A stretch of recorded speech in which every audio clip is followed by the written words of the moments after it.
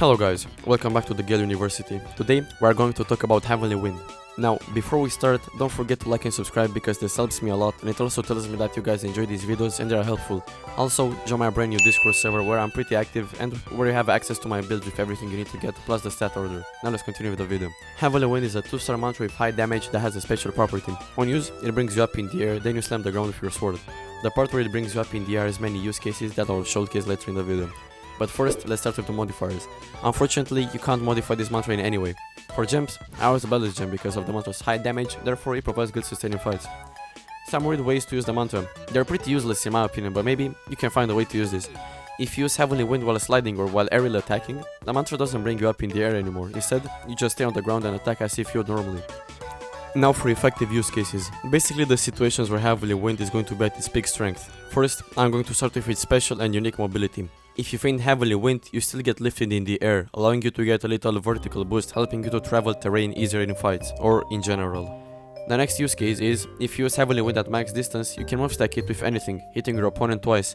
This is really useful to catch your opponent blocking and potentially guard breaking him with Champion's World Throw, or dealing heavy damage. If you did hit Heavenly Wind move stack with an M1, you can easily continue the combo with Rising Wind and potentially doing a lot of damage to your opponent if they don't have tempo.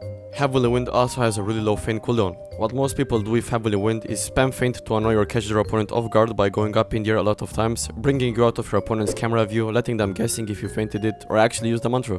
If you use Spectre Path, on which I already made a video about, you can use Phantom Step and follow up with Vanishing Wraith to teleport your opponent to potentially begin a combo. Constantly feinting the mantra also helps you having basically always a movement speed buff and aftercut active that give you more damage in result.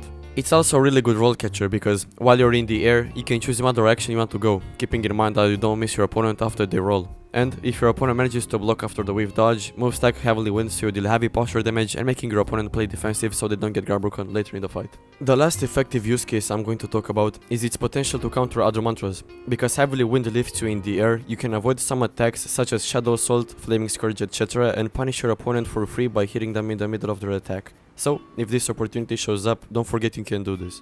Now, drawbacks of using the mantra. It has a pretty big windup and your hitbox remains on the ground for a bit even if you're in the air, so you can get punished for using it at the wrong time by, for example, an M1. Another one is that the mantra is pretty hard to use. Most of its uses come from fainting or smart usage. Besides that, the mantra is really good and should 100% be used.